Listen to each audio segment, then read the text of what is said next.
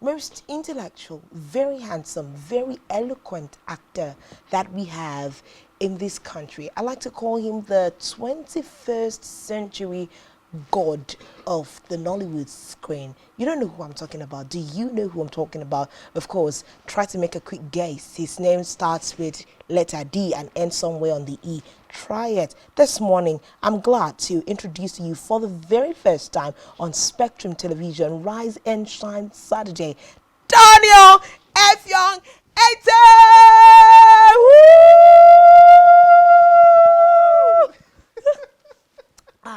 Okay. I'm trying not to be very high. Good morning, Daniel. Good to have you on the show this morning. No, this cannot happen. Hello, good morning, Daniel. Good to have you on the show this morning. Good morning. Can you hear me? Yes, we can absolutely hear you. How are you Okay, this great. Nigerian morning? I'm great. I'm great. How are you? We are doing great. It's such a delight to have you on the show this morning. I'm trying not to be, what's that English word? Star struck. Yes, I'm trying not to be starstruck. Okay. So I'm just putting myself together. But yes, All right. it's a beautiful morning. I miss you. It didn't fall bad, yeah. Awesome. Awesome. Mesirindi. We got you there. We got you. It's such a great delight to have you on the Yes. show this morning. And I'd like to do a quick run of Daniel F. Young's bio. Of course, his name is Daniel Etim F. Young. Of course, nationality, he's a Nigerian. I'd like to pridefully say that he's from Akwa State. He's like, the Aqua Cross region. You don't get it. We are the ones that are that fine. And then again, graduate of the Federal University of Technology, Mina. The funny twist to this is that he is a chemical engineer by profession. What he went to school to study is chemical engineering. I remember also that I am privy to an information that he once worked in the oil and gas sector and resigned from money to come and act. Daniel, let me start from there this morning. Why did you leave money to come to this screen? Uh, well, thank you for that question. I get that a lot, Yeah. but I think I'm an artist at heart, and when you have the art bug, you tend to look at life differently. So I've grown up with the perspective or the mind that money isn't everything. I mean, you could be in your dying bed and money won't save you. You could ask a dying man what do you want most in the world, and he won't say money. He would say time. Oh, yeah. So there are certain things in life that money can't buy you. There are certain things that are beyond money. And I just thought to myself that I wanted something more from life. I wanted fulfillment. I wanted to impact the lives of people. And, when I sat down and thought about it, engineering or oil and gas wouldn't give that to me. It had to be the arts. And so I quit my job. How has the journey been so far since then? Getting on the screen, doing what you love, because sometimes it feels like, especially being Nigerian and being in Nigeria, it looks like sometimes passion doesn't pay. And there's a lot of other conversation we'll go into. But how has it been, so far in the industry for To you? be absolutely honest with you, it has been wonderful since I quit my job in 2012 Long to this time. very day. I i haven't looked back. I mean, it hasn't been all rosy, but I promise you it was the best decision of my life. I've been soaring ever since, and if I had the chance, I'd do it again. Oh, wow. Okay. Good morning, Daniel. Glad to have you join us this morning. I don't know what time to use. It's like, Hi, yeah, yeah. Francis. Good morning. Yes. Okay, so 2012, up until now, that's a long time. And you said you've never had any reason to feel bad for leaving. I mean, everybody would want their children in the engineering sector at this point in time. But let's talk about Nollywood and how it has grown so far. Comparing today's Nollywood to those days Nollywood, how would you say the industry has advanced, and what are the impacts of that on our Nigerian arts? Well, to be honest, I grew up watching Nollywood films, as a child, as a young adult. and I was wowed by Nollywood. I was wowed by the performances. I was wowed by the stars, by the stories. And today, it's even much more powerful with the proliferation of technology and the internet. Everyone has access to Nollywood now. It used to be that only a few people had access to it, but right now, all across the world, with the help of the internet and devices, you can access Nollywood. And black people, not just black people, but just people in love with the culture across the world have access to Nollywood films. And that is amazing because everywhere you go, people could recognize your work, people would recognize you because you are a Nollywood star. So for me, that's one of the major differences. And of course, we have younger people now in the game. We have more educated people, people who have gone to school to study film and who want to, apply that knowledge with creativity to tell, powerful stories. The sky's the limit for us right now, compared to when I was growing up. And in the day, it used to be like difficult to tell your parents that you wanted to go into entertainment or Uh-huh. wanted to be an actor. But now, if you tell your parent, I mean, we have kid actors now. Your parents would encourage you to take courses in the arts now. I mean, entertainment industry is booming. One of the sectors in the economy providing the GDP, raising the GDP in the nation. So right now, the industry is a big deal, and everyone is looking up to it.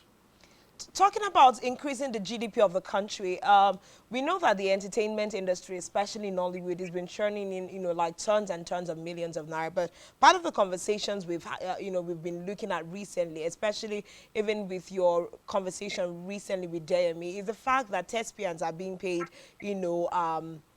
next to nothing for the ads that they bring to the screens. Now, I'm even going to say from your generation of actors, way back to the thespians, what is it really like with regards to remunerations for the work that you do? Because I think that is becoming, a heated conversation now in this space. Just a correction there. I didn't. Well, I don't think we said we're being paid next to nothing. We just said we were not being paid enough. I mean, Fair enough. to be honest with you, it isn't next to nothing because, I mean, myself and my colleagues have raised families with it, and it's great, but it's not there yet. I mean, we're grateful for it, but it's not there yet. So Do, so do you what think I that can say. Daniel, do you think that that is a factor that covers those of you that have made it in the industry? Like, there is an influence that a Daniel Etim will bring on set to a particular project that another, person, another face, another character will not. So maybe they also pay you considering the influence that you already have in the industry. So it might not, that pay grade might not cut across, other Nollywood actors. What do you think? I agree with you. I agree with you. While that is true, and but that may not be particular only to the Nollywood industry. It's across board. As you grow through the industry or as you grow through the ranks, you get paid more, and with recognition comes more pay. I remember also saying in the interview that we must also be financially literate enough to Absolutely. know how to use what you have, your other talents, your other skills to get more money. However, it's a situation or a condition of the industry as a whole. It's not just towards the actor or towards, a particular group of people in the industry. The industry needs more. We need better distribution. We need better funding. We need the industry to go beyond just the razzmatazz, and we need a proper structure. With these things coming in, it will be a better day for the actor. But I think the industry as a whole needs a push, needs the government also to get involved and create incentives for investors to come in and say, you know what, this industry is sanitized enough for me to put down $1 million, to put down $1 billion long term. That's our prayer for the industry. Yeah, talking about being able to put up, Nollywood as should, putting out the light there. We know that your wife, Toyosi, sorry, pardon my manners. We actually forgot to acknowledge Toyosi Efionetim since. Please, Daniel Etim is married to the most beautiful woman, Toyosi Efionetim, and they have two amazing children. I must get that right. So yes, our love to your wife. We know that in Thank terms you. of people who are trying to put Nollywood out there, Toyosi does a great work, because you were talking about, you've talked about funding, you've talked about structure. Now, yes, I brought Toyosi in here because of structuring. What is that like within the industry? We know that some of the, things she works around is about giving some form of structure to what has already been in Nollywood. So far, so good. How is that going? Because I know I mean, she's it's an uphill task okay. to when something thrives in chaos, as many things Nigerian. When you try to sanitize it or try to bring in structures, then you encounter issues or challenges, because for so long it has worked without structure. And now, you're trying to bring in some structure into it, there will be pushbacks. So she's been doing a great job, her and her team, along with many others, not just Toyosi, Yeah. along with many others who are also trying to standardize the industry, and put it at par with sister industries across the world. She likes to consider herself as a bridge, between the rest of the world and Nollywood. She was at Essence a few weeks ago, at the Essence Film Festival, Essence Cultural Festival at Yeah. New Orleans in the States, to preach this same gospel. Nollywood is not just for Nigerians or Nigerians in the diaspora. Nollywood is for the world, and Nollywood is open to business. Let's collaborate. Let's see what we can do together. Because the truth is, like I like to say, Africa, the motherland, is the birthplace of storytelling, and we've been exporting stories across the world for centuries. And with the invent of technology, and the gap in whatever colonization or whatever it was, there's some kind of detachment between Africa and the rest of the world when it comes to technology. And filmmaking is technology. Storytelling isn't, but filmmaking is technology. So with that detachment came also the breakdown in terms of like Africa's prowess in filmmaking. But we're here to change that story. Africa isn't, the graveyard of technology anymore. Right now, we have tech startups all over Africa. So why not be in the forefront of filmmaking and storytelling? So we're pushing that, and she's making headway.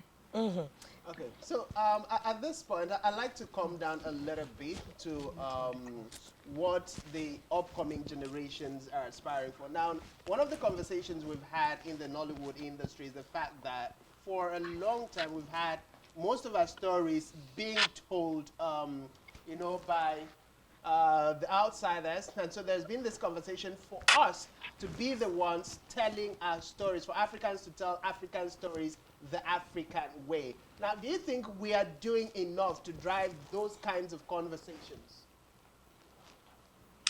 Um, Honestly, from my point of view, you can't really control who tells what.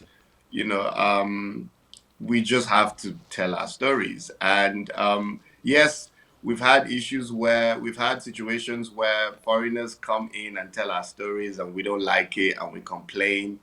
And it's not just a situation of like Europeans coming into Africa and telling African stories. It could also be situations of, for example, um, a Yoruba filmmaker coming to the South to tell a story about, for example, I'm just throwing it there, telling a story about Mary Slessor, or telling a story about the Ekbe confraternity, or that, it's you can't control that, but what you can control is you and your ability, or your power to tell your own narrative.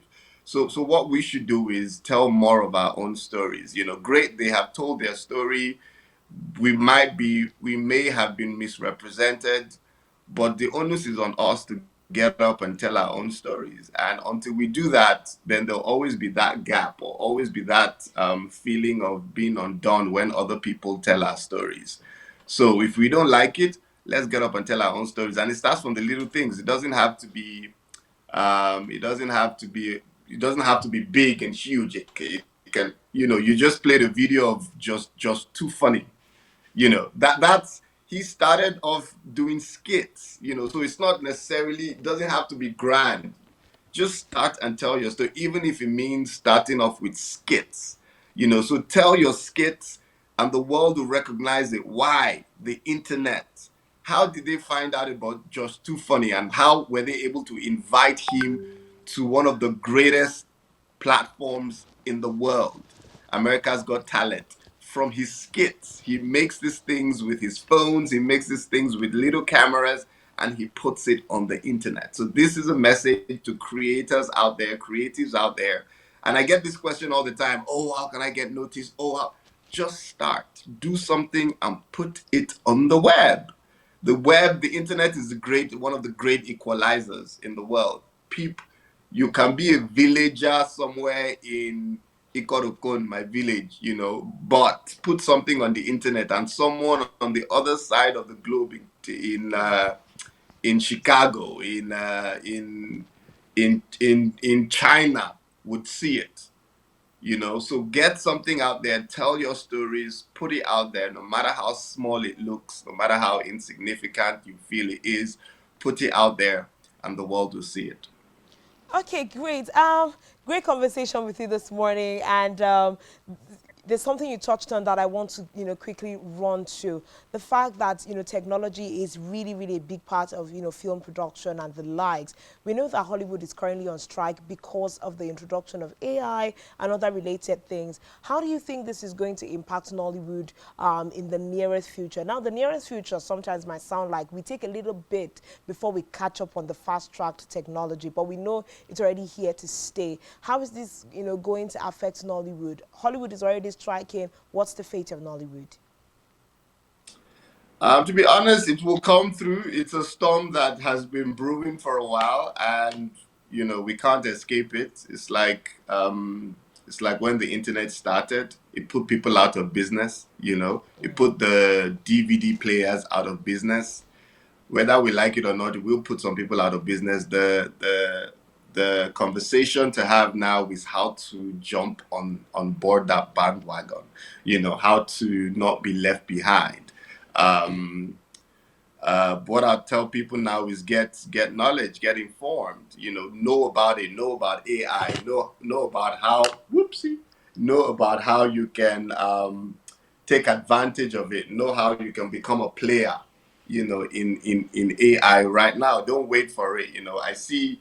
When I scroll through the internet or scroll through social media, I see posts of people who say, ad posts that people say, you can learn about the AI right now, and I'm always tempted to click on it, but so I mean, these things are there, opportunities are there to get on board right now, Yeah. so don't wait for it, don't wait till it comes. Right now, it's the writers in Hollywood are protesting, you know and my wife went to the Essence Film Festival and said, well, if your writers are protesting, Nollywood is open for business. And Nollywood writers are protesting, come and hire us, on a Right. lighter note. Yeah. But more seriously, I mean, what we can do right now is to get informed. Do not get left behind. Whether we like it or not, it's here to stay. It's not going anywhere. So Okay. why don't we preempt it? Yeah. All right, so let's look into just a tidbit of the very happy stuff before we let you go. We know that you're a really busy man this morning. We enjoy, our time Right. with you. So let's do a little bit of Daniel Etim on screen. How is that like? Let me ask, what's been your most exhilarating experience, on a production set? And then what's been your, that one time you're like, why did I get on this project? Well, I shot a film in Calabar. Oh, by the way, I'm actually from, just decided to throw this out there. I'm actually from Udupani in Calabar. Yeah, yeah, yeah. But I shot a film in Calabar in Creektown. And and I was in Calabar for a month, and I left home, left my kids, left my wife, went to Calabar for a month, and I was playing this really um crazy character, almost like a deranged character. And I was really in character. They had dressed me up with beards and everything. I wasn't looking myself, you know, and I wasn't looking like myself. And I was about to roll deep in character. And, I was in the corner of the room on the floor. And this was in Calabar. Remember, this was in Calabar. I left my family back home in Lagos. I've been there for about a month filming. And I just looked up and I saw my wife on set. She had flown all the way to Calabar from Lagos to surprise me on set. And I don't know, she was in cahoots with a few crew members. And she just appeared from out of nowhere. And I was like, oh my God, I was in shock. And I thought that was wonderful, that she would surprise me on set. And yeah, that was a really good moment for me on set. Now, on the downside, one of the craziest moments I've had on set was I was on a production, one of those projects that you just be like, I'll just do this one. If I mean, the producer was relatively unknown. The director was relatively unknown. These were like younglings, newbies, and I'm like, I like to support, but I'm not sure of this project. So I threw in a fee, and and because normally to chase people away, I just throw in a fee that I know they can't afford, and they'll just be like, bros, this one is too much. Sorry, and I'll be like, okay, sorry, if you can't pay, then I'll walk. That kind of thing. Yeah. Um, and then at the time, I didn't have a management, so I was managing myself. So I told them that, okay, this was the fee. And they were like, bros, this one is a bit much for us. And I was like, okay. Next thing I knew, they were like, wait. Okay, fine, we're going to pay. And I'm like, what? They're like, yeah, we're going to pay. And I'm like, they're like, send me your account number. I'm like, oh my God, I'd given my word that if they could pay this amount, I'll be on the project. So I was on that project, they paid, and it turned out to be chaotic. It was like everyone didn't know what they were doing. And at some point in the project, these extras, because we had a huge scene with extras, right? The extras went on strike and they were like, we will not leave you, we tear this place down. And I'm like, oh my God, More what like have they I took gotten all the myself production money into? to pay just you. I'm telling you, they couldn't pay the extras. I'm like, oh, and the extras brought out their phones and they were like, see them, see them. They're the ones that don't want to pay us. Look, I ran for my life. I'm like, oh my God, what is this? Yeah, that was one horrible experience I've had on set. Oh, that's so serious. Thank you for sharing. The laugh is so good for us this morning. So last touch, Jackpot syndrome. I know that you and family have been away from the country for a bit. I've watched a few skits here and there where your first daughter was being sprayed one and you're like, this money go reach me who buy fuel when we come back, So is there a way that this Jackpot syndrome is catching up with you and your family? Because, I mean, we're talking of Joseph Benjamin, who said he had to do one or two to be able to keep body and soul together. And we are seeing a rush of, some of our professional hands leaving the country. What's your stand with, the whole Jackpot thing? To be honest, it's sad, but it's a reality that we face today that most of our skilled hands, professional hands are leaving and going abroad for better living conditions, especially for their families. Um, I used to think that, I used to think it was a bad thing for that to happen, but I don't think that anymore because maybe because now I have a family and I understand, when you're paying school fees and you're trying to get a certain kind of standard and they're telling you to pay, literally in dollars, and you're like, but I earn in naira, what's the point? And so the conversation is, why do you have to earn in naira? Yeah, so the conversation is especially for creatives, because stories are universal. So there's nothing, as a storyteller, there's nothing really that confines you to your immediate environment, to your locality. So I'm of the opinion that and I really feel strongly about this, that storytellers, filmmakers must travel the world, must travel the world. And I think it's a plus that creatives, especially creatives from Nigeria, are traveling and going to live in all kinds of places all over the world, because we're also promoting our culture in doing that. Yes, the internet pushes it, but it's great that some of us are stationed in faraway places to preach the gospel of African storytelling. So are you jackpotting anytime soon? Are you gonna be a missionary for Nollywood very soon? Watch this space. We really have to watch this particular we really, the rate at which it's going, we really have to watch. We don't want to miss you. We'll carry placards. Bring D back, we want D back, please. But do you honestly think that it's easy for Nollywood actors to seamlessly flow into acting in Hollywood if they traversed territories? I'm Getting going to quote roles. I'm going to quote Tyler Perry. Tyler Perry tried to break into Hollywood, and he said, "I tried to get on their table and I couldn't, so I built my own table." Come on now. I think it's high time we start doing that. I mean, if it takes us forever to get into Hollywood, let's build our own Hollywood. Let's build our own table. And I mean, we did it here in Hollywood, so why can't we do it wherever we are? They will come to us eventually. That's the secret. Definitely. Like, we must be formidable ourselves, and then we get invited in. We mustn't. We're kings. We're African kings, right? They came all the way to Israel to see Solomon. They came all the way to Judah to see Solomon, from all across the world, because there was something he had they were looking for. We don't have to go to their tables to beg. We can build our own tables and invite them to come to it. Then they will come and send emissaries to invite us. That's what I believe. If they don't get it, they don't get it. If they don't get it, they don't get it.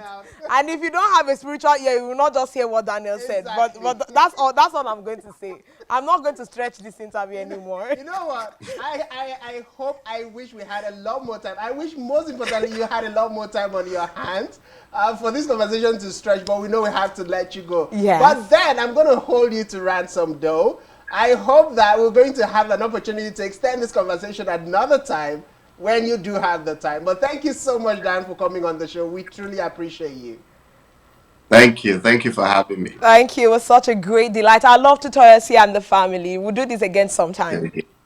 Yeah, thank you very much. Yeah, Have a good great day. laugh. You too. Really great laugh. But I like the last things he said, because if you don't have